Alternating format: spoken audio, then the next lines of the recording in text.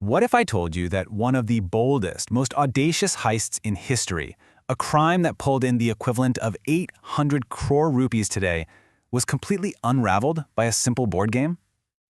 Well, today we're going to break down the incredible and kind of flawed story of the Great Train Robbery. You know, it sounds like something straight out of a Hollywood movie, doesn't it? A super high-stakes robbery planned down to the last second, seemingly perfect, and then brought down by a game of Monopoly? But this isn't fiction. This is exactly what happened.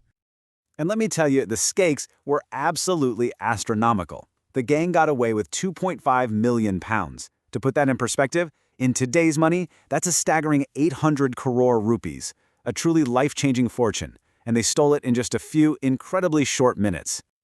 So how on earth did it all go so wrong for them? Well, to understand that, we have to go to the one place you'd never expect, the after party, where the thieves were celebrating with, you guessed it, a simple board game. Okay, so picture this. It's August 1963. We're deep in the English countryside at this remote little spot called Leatherslade Farm. Inside, Britain's most wanted men are on top of the world. They've just pulled off the perfect crime. And how are they celebrating? By cracking open a Monopoly board and playing with stacks of the actual cash they just stole. And this, right here, is what I find so fascinating about this whole story. I mean, think about it. They planned everything. Disabling trains, uniting rival gangs, but their entire downfall came from this one moment of pure carelessness. A single fingerprint left on a little game piece during their party.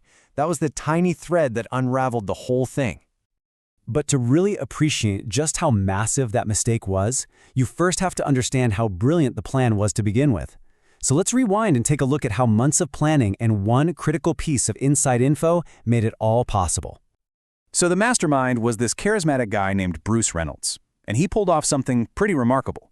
He got two rival London gangs to team up for this one job. He had his crew, and he had a mysterious insider at the Royal Mail. Seriously, to this day, nobody knows who it was. But most importantly, Reynolds laid down one firm rule: absolutely no firearms. This was going to be a clean, professional job, not some messy shootout. Their target was a very specific part of the train, the HVP carriage. HVP stands for High Value Packages.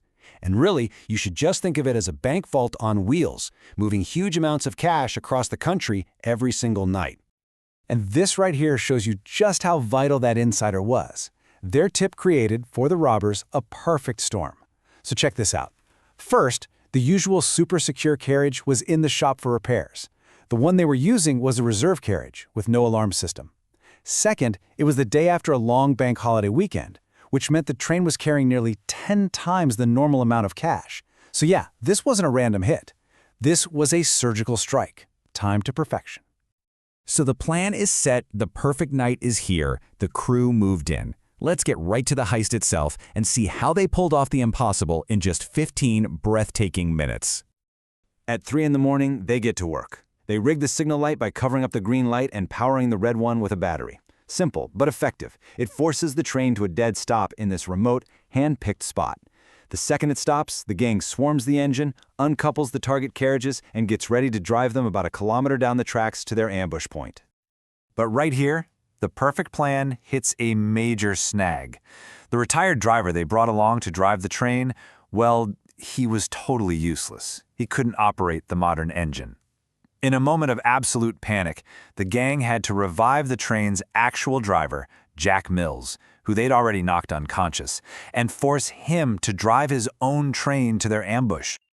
Once they got to Bridego Bridge, though, that clockwork precision took right back over. They stormed the HVP carriage, overpowered the staff, and formed a human chain. In just 15 minutes, they unloaded 120 mail bags. We're talking 2.5 tons of cash, passed from the train down to their truck.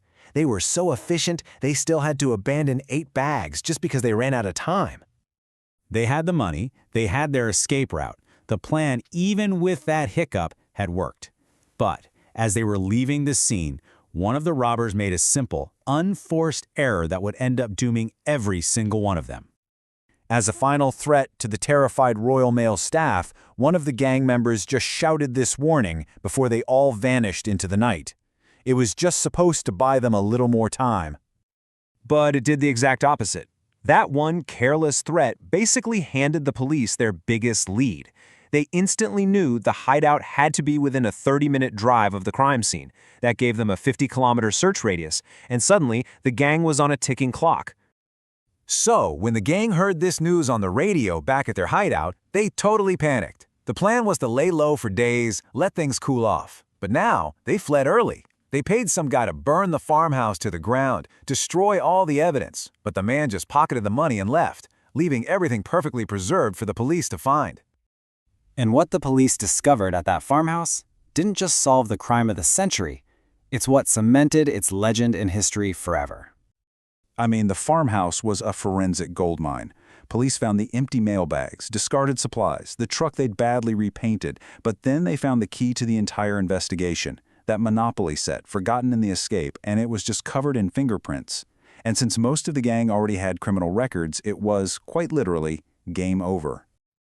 So in the end, most of the gang got caught and were handed these severe 30-year sentences. The insider?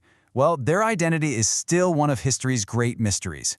But the real tragedy of this story, if you ask me, belongs to the driver, Jack Mills. He never recovered from the trauma of that night and sadly died just 7 years later. And as for Bridego Bridge, it was unofficially renamed, and it's known forever now as the Train Robbers Bridge. Which leaves us with this fascinating question, right? Was this a work of criminal genius? Or was it actually just a clumsy heist with a ton of mistakes that was only successful because of one incredibly lucky piece of inside information? But here's the real reason this story is still told today.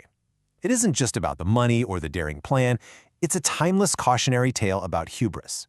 It reminds us that no matter how brilliant a plan seems, it can be completely undone by the simplest of human errors, a careless word, a moment of panic, or a single fingerprint left behind on a board game.